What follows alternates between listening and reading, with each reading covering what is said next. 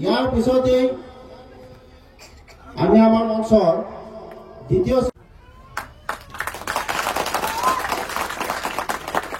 মৰম ল'ব, আশীৰ্বাদ ল'ব বুলি বহুত দিনৰ পৰা আশা কৰিছিল আমাৰ নবীউল হুছেইন চাহাব ৰঙাজান গুবৰিহালী অঞ্চলৰ।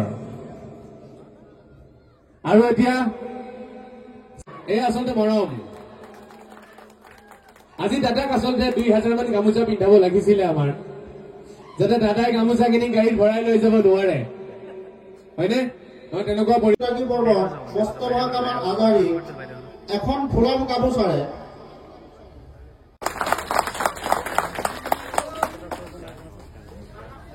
এতিয়া আমাৰ মাজত আছে কুটুম্ব সুৰক্ষা পৰিষদৰ সম্পাদক যতীন্দ্ৰ ভৰালী ডাঙৰীয়া। যতীন্দ্ৰ ভৰালী ডাঙৰীয়াক এখনি ফুলাম গামোচাৰে সম্বৰ্ধনা জনাব মহম্মদ শ্বৰিফুল ইছলাম ডাঙৰীয়াই। আমাৰ ৰঙাজান গুবৰিহালীৰ এগৰাকী উঠি অহা উদীয়মান যুৱক সমাজ সেৱক আৰু আমাৰ এই অনুষ্ঠানত একেবাৰে জানে প্ৰাণে লাগি দিয়া এগৰাকী ব্যক্তি মহম্মদ শ্বৰিফুল ইছলাম। ধন্যবাদ। আপোনালোক সকলোৱে মৰম যাচক, যাতে এনেদৰে বিভিন্ন অঞ্চলৰ যুৱকসকল উঠি আহি পেলাই আপোনালোক সকলোৱে হাত চাপৰিৰে মৰম যাচিব বুলি আশা ৰাখিলো। শংকৰ গোস্বামী ডাঙৰীয়া আমাৰ মাজত উপস্থিত আছে। তেখেতক এখনি ফুলাম গামোচাৰে সম্বৰ্ধনা জনাব আমাৰ হাফিজুল ইছলাম অকন ডাঙৰীয়াই।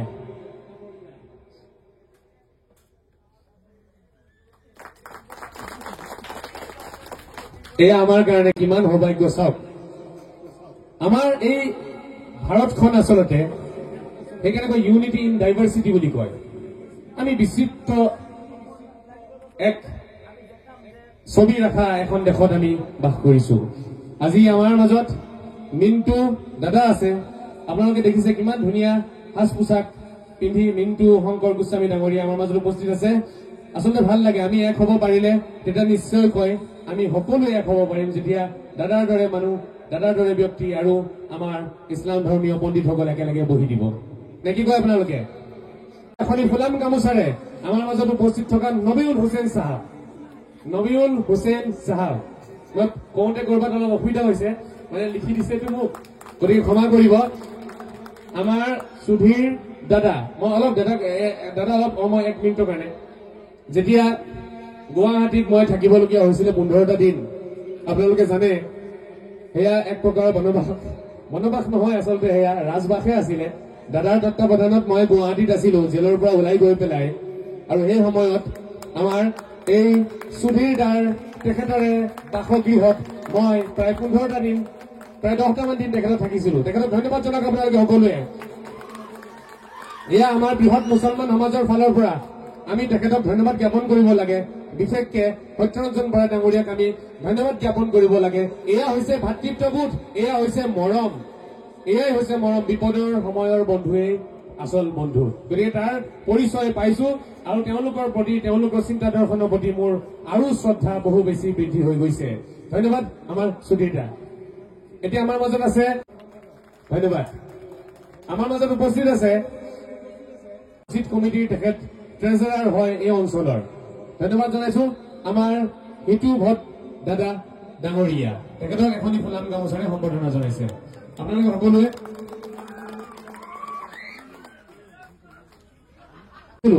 আপোনালোকে অলপ বহি দিয়ক না, প্লিজ বহি দিয়ক না, বহি শুনক না। আমি আছো আপোনালোকৰ কাৰণে, আমি আছো ইয়াত, ভাল লাগিব।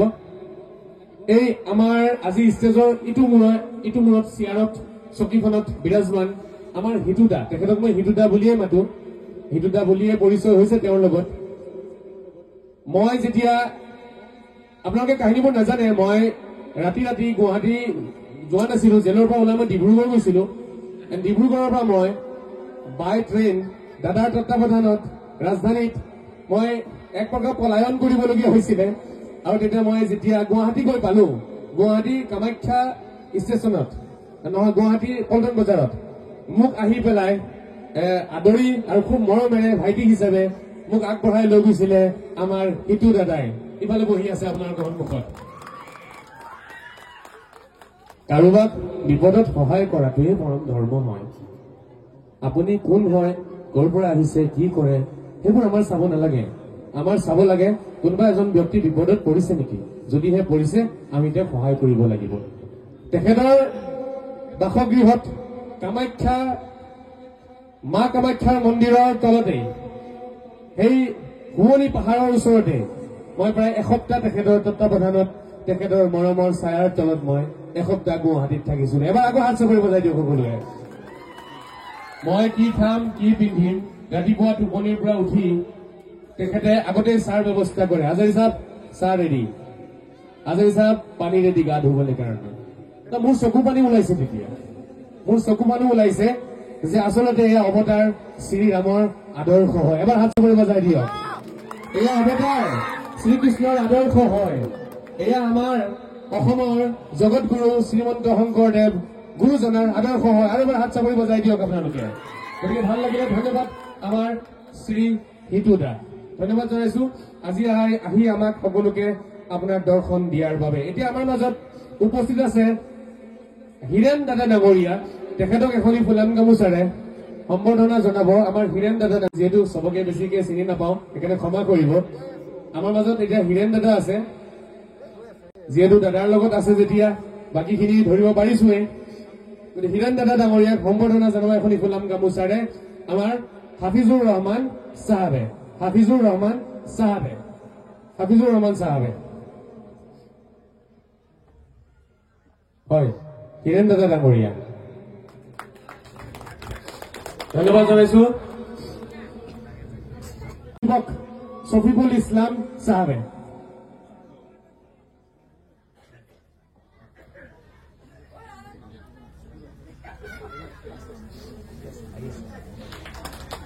এটা হাত চাপৰিৰে আপোনালোকে সকলোৱে মৰম উজাৰি দিব বুলি আশা ৰাখিছো। সম্বৰ্ধনা জনাব এতিয়া আমাৰ অঞ্চলৰ পৰা উঠি অহা এগৰাকী যুৱক, যুৱনেতা হাফিজুৰ ৰহমান উৰ্ফ হাবু, মহম্মদ হাবু। আপোনালোকে হাত চাপৰিৰে সন্মুখত আহিব দিয়ক, এইফালে আহিব দিয়ক।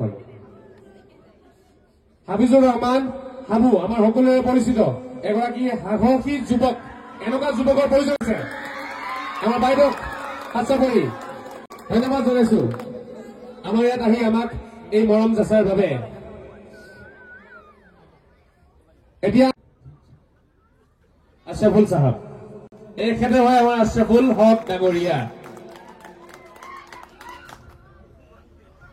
আদৰৰ শিক্ষাগুৰুৰ সমতুল্য। তেখেতক মই কেইবাবাৰো ষ্টেজলৈ মাতাৰ পিছতো তেখেত নাহিলে। আমাৰ বনিয়া ছাৰ, বনিয়া ছাৰ আছে, আমাৰ বনিয়া ছাৰ ডাঙৰীয়া।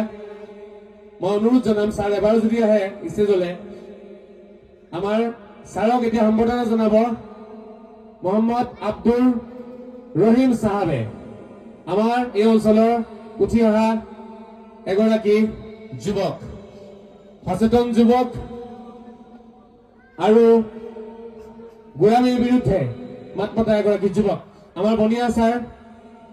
মই হয় ছাৰক সম্বৰ্ধনা জনাব আমাৰ আব্দুল ৰহিম চাহাবে। ছাৰ আপুনি যদি এইফালে বহি দিয়ে ভাল পাম, বেয়া নাপায় যদি অলপ সময়ৰ কাৰণে।